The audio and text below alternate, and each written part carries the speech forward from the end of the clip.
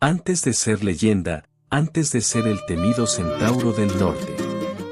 Pancho Villa fue un joven que solo conocía el polvo de la sierra y el sabor amargo de la injusticia. Pero hubo un día que lo cambió para siempre. Un momento que la historia casi nunca cuenta. El día en que Pancho Villa conoció el mar. Y ahí, frente a ese mar inmenso, hizo una promesa. Una que cambiaría para siempre su destino, y el de México. Quédate hasta el final, porque lo que ocurrió en esas playas marcaría el rumbo de toda la revolución.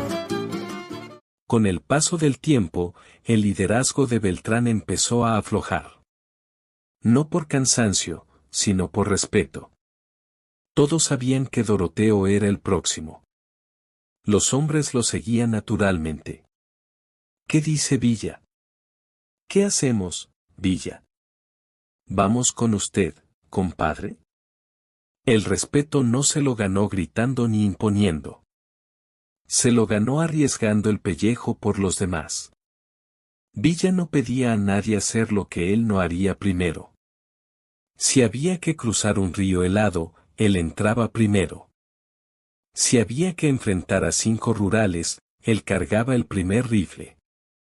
Y eso, en el monte, vale más que 100 discursos. Un día, después de un atraco exitoso a una hacienda protegida por rurales y federales, Beltrán se le acercó, puso una mano en su hombro y le dijo: «Tú ya no eres uno más, Pancho. Ahora tú vas a guiar a los demás». Fue la primera vez que alguien lo llamó Pancho Villa de frente, con respeto, no como apodo burlón. Y él lo aceptó, no como un nombre, sino como una misión. A partir de ese momento, Villa y Urbina tomaron el control de una cuadrilla propia. Ya no pedían órdenes, las daban. Su lucha no era solo por sobrevivir, era por justicia, contra un sistema que aplastaba a los pobres. Pancho Villa ya no era un bandido. Era el símbolo vivo de la rebelión que se estaba cocinando. Faltaban pocos años para que Madero levantara la voz. Y cuando eso ocurriera, el norte ya tendría a su comandante, formado entre balas, polvo y fuego. A medida que los días pasaban, las hazañas de Villa se esparcían como pólvora por el norte de México. En las cantinas de Chihuahua, en las cocinas de Durango y en los campos de Zacatecas, los hombres ya no hablaban de Doroteo Arango. Hablaban del temido, del justo, del astuto Pancho Villa. No era un bandido más, era el que planificaba cada asalto como una campaña militar.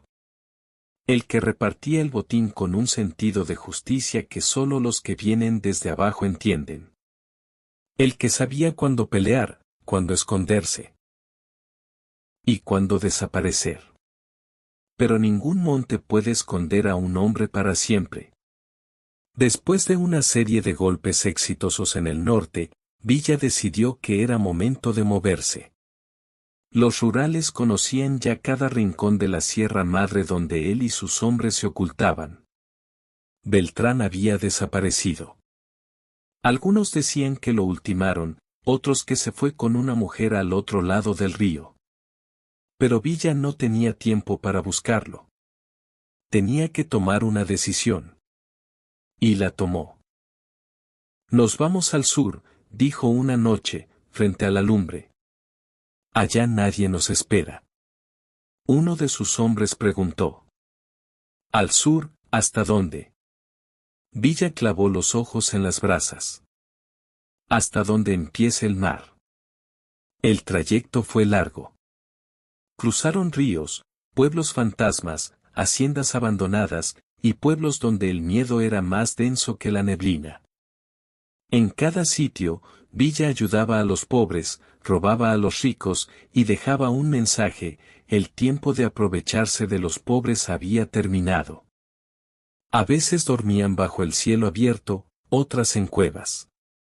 Comían lo que encontraban, o lo que les compartían los campesinos agradecidos. Pero cada noche, la idea del mar rondaba en la mente de Villa como un sueño imposible. Muchos de sus hombres nunca habían visto el mar.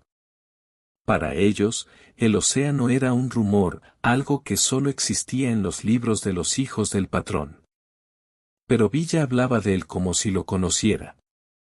Dicen que el mar no tiene dueño, les decía. Que no haya sendado que lo cerque. Que nadie puede ponerle un alambre. Y eso, para ellos, era suficiente. Era 1910, la revolución apenas comenzaba a prender la mecha, pero Villa ya era leyenda en movimiento. Llegaron a Mazatlán al amanecer. El aire era espeso, lleno de sal y humedad. Para los del norte, eso era otro mundo. Al principio nadie dijo nada. Villa bajó del caballo, caminó entre los palmares y las chozas pesqueras, y luego, la vio.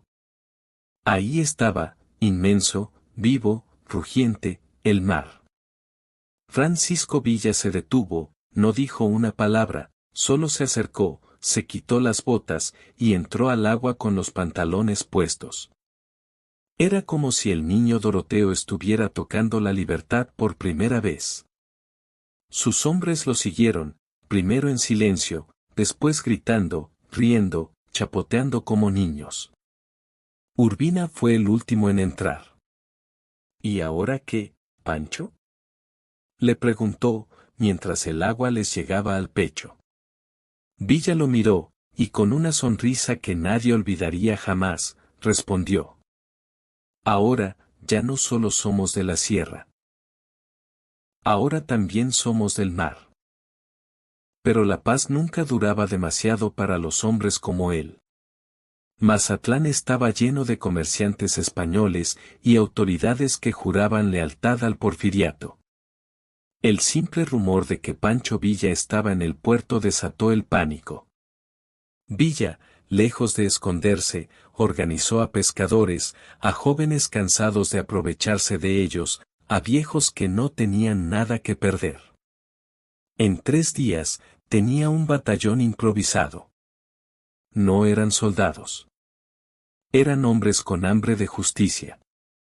La batalla se dio a las afueras del puerto, no hubo estrategia compleja, solo decisión.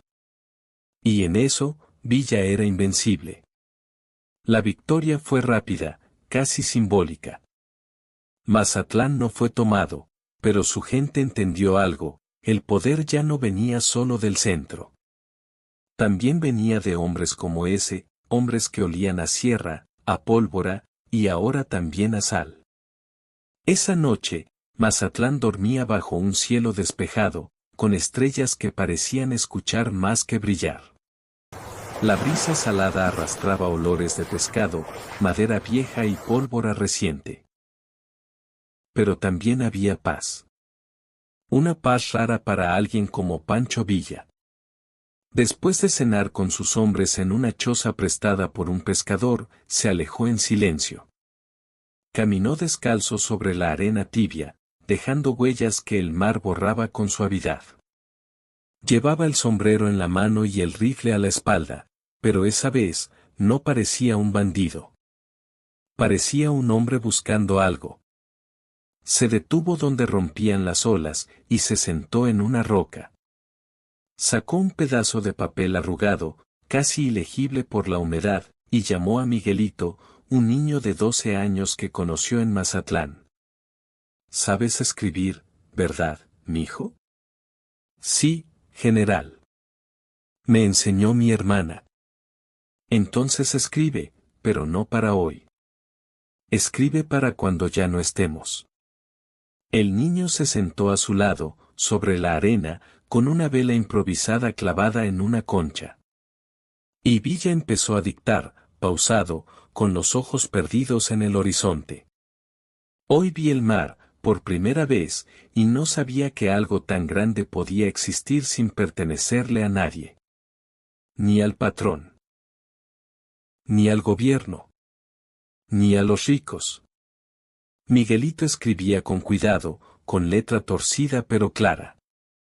Juro por esta agua que voy a pelear hasta que el hijo del peón tenga la misma escuela que el hijo del hacendado.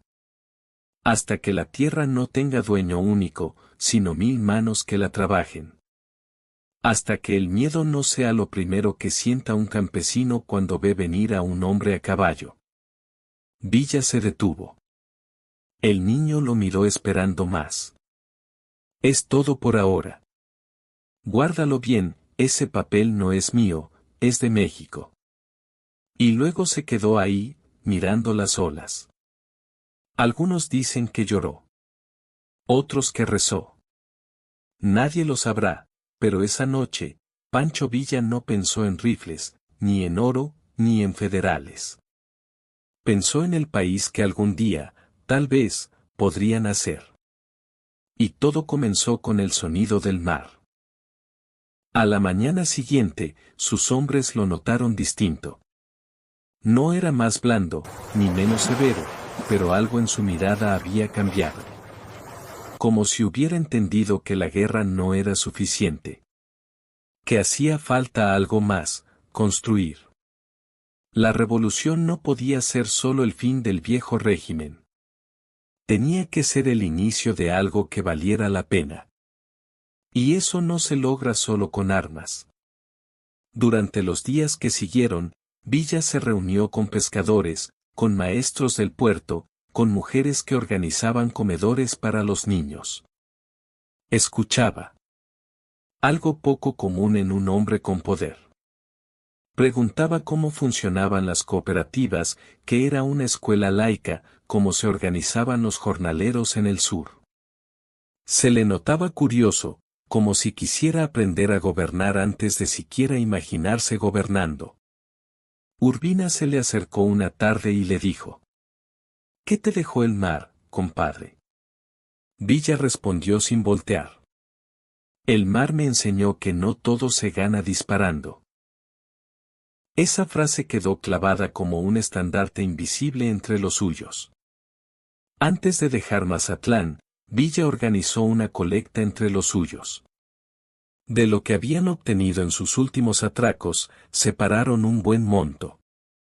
Con ese dinero, ayudaron a levantar un aula para los hijos de los pescadores. Para que no tengan que andar con un rifle como yo, dijo, mientras dejaba unas monedas sobre una mesa hecha de tablas. Después, montó su caballo, dio una última mirada al mar, y partió de vuelta al norte. Pero nunca fue el mismo. Desde entonces, cada decisión de Villa llevaba consigo algo más que rabia. Llevaba conciencia, sueño, plan. Y aunque volvió a las montañas, al polvo, a la lucha contra hacendados y federales, el mar lo seguía, en sus silencios, en sus dudas, en sus sueños. Muchos hombres viven en la guerra y no aprenden nada. Villa conoció el mar y empezó a soñar con la paz.